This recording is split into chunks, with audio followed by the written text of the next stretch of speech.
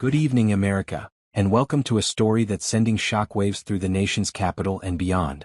In a move that's as bold as it is divisive, President Donald Trump is set to sign an executive order today, Thursday, March 20, 2025, aimed at dismantling the Department of Education, a federal agency that's been a cornerstone of America's school system for decades.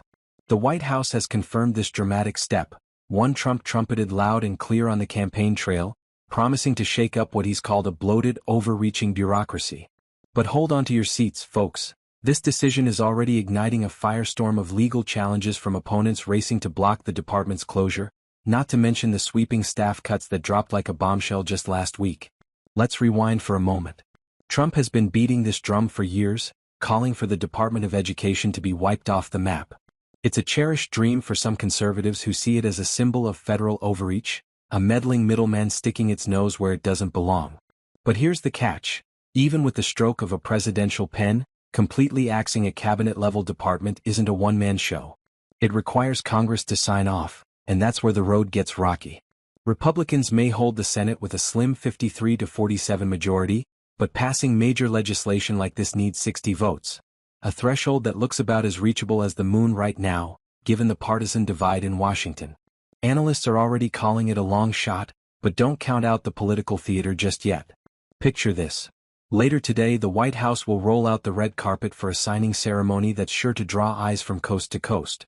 Republican state governors, including Florida's own Ron DeSantis, a vocal ally of Trump's vision, are reportedly set to join the president as he puts his signature on this historic order. The White House isn't mincing words about what this means. A spokesman told reporters yesterday, Wednesday, that the order will expand educational opportunities across the board and empower parents, states, and local communities to take the reins and improve outcomes for every single student. It's a pitch that's resonating with those who've long argued the feds have too tight a grip on classrooms, but it's also raising eyebrows and hackles among those who see this as a reckless gut punch to America's kids. Now, let's break down what this department actually does, because there's a lot of noise out there and not nearly enough clarity. Established back in 1979 under President Jimmy Carter, the Department of Education isn't some Johnny-come-lately agency. It's been around for over 4 decades, overseeing funding for public schools, managing the sprawling federal student loan system, and running programs designed to lift up low-income students who might otherwise slip through the cracks. Trump, though, has a different take. He's accused the agency of indoctrinating young people with inappropriate racial, sexual, and political material, a charge that's become a rallying cry for his base. But here's where the rubber meets the road. Contrary to what some might think, the department doesn't run America's schools or dictate what's taught in them. That's all handled by states and local districts, your school boards, your governors, your neighbors. The feds? They're more like the bank, chipping in about 13% of the funding for primary and secondary schools, while states and local taxes pick up the lion's share. Still, don't underestimate the department's reach. It's a heavyweight in the world of higher education, administering and overseeing the federal student loans that millions of Americans rely on to chase their college dreams.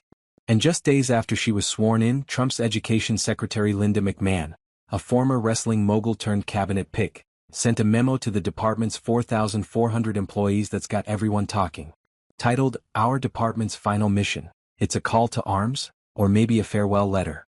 This is our opportunity to perform one final, unforgettable public service to future generations of students, she wrote, her words dripping with conviction. I hope you'll join me in ensuring that when our final mission is complete, we can say we left American education freer, stronger, and with more hope for the future than ever before. It's a lofty promise, but one that's already hitting turbulence. Rumors have been swirling that Trump might not burn the department to the ground entirely. Earlier reports suggested he'd carve it up, shipping some programs off to other agencies like the Treasury while scrapping others outright. Think of it like a government garage sale. Keep what works, ditch the rest.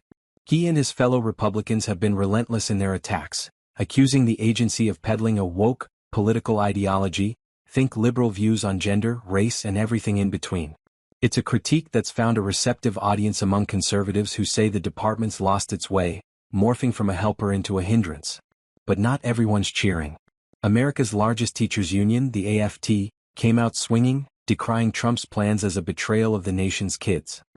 He doesn't care about opportunity for all children, they charged in a fiery statement, pulling no punches. No one likes bureaucracy, who does?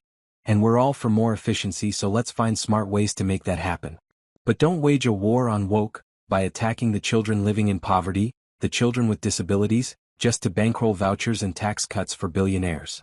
It's a stark warning from a group that represents millions of educators, and it's amplifying the voices of those who fear this move could leave the most vulnerable students out in the cold.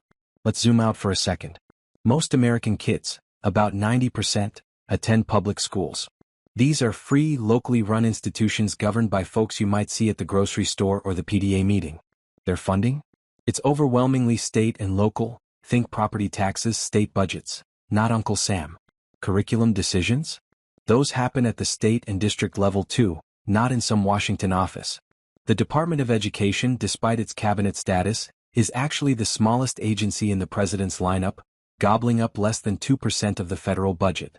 It's not the behemoth some make it out to be, and it's certainly not writing your kid's history textbook. Rewind to 1981 and you'll find this isn't a new fight. Back then, President Ronald Reagan, a Republican icon, kicked off the call to dismantle the department, arguing it'd save money and better serve local needs and preferences. It didn't happen then, but the idea's been simmering on the conservative stove ever since. Now Trump's turning up the heat and the stakes couldn't be higher. Supporters say it's a long overdue reckoning, a chance to strip away layers of red tape and give power back to the people. Critics? They're warning of chaos, schools left scrambling, students losing aid, and a federal void that states might not be ready to fill. So where does this leave us? The ink's not dry yet, but the battle lines are drawn. Legal challenges are piling up, Congress is digging in, and the nation's watching. This isn't just about a department. It's about the future of America's classrooms, its students, and the very idea of who gets to call the shots. Stay with us, folks, because this story's just getting started, and it's one you won't want to miss.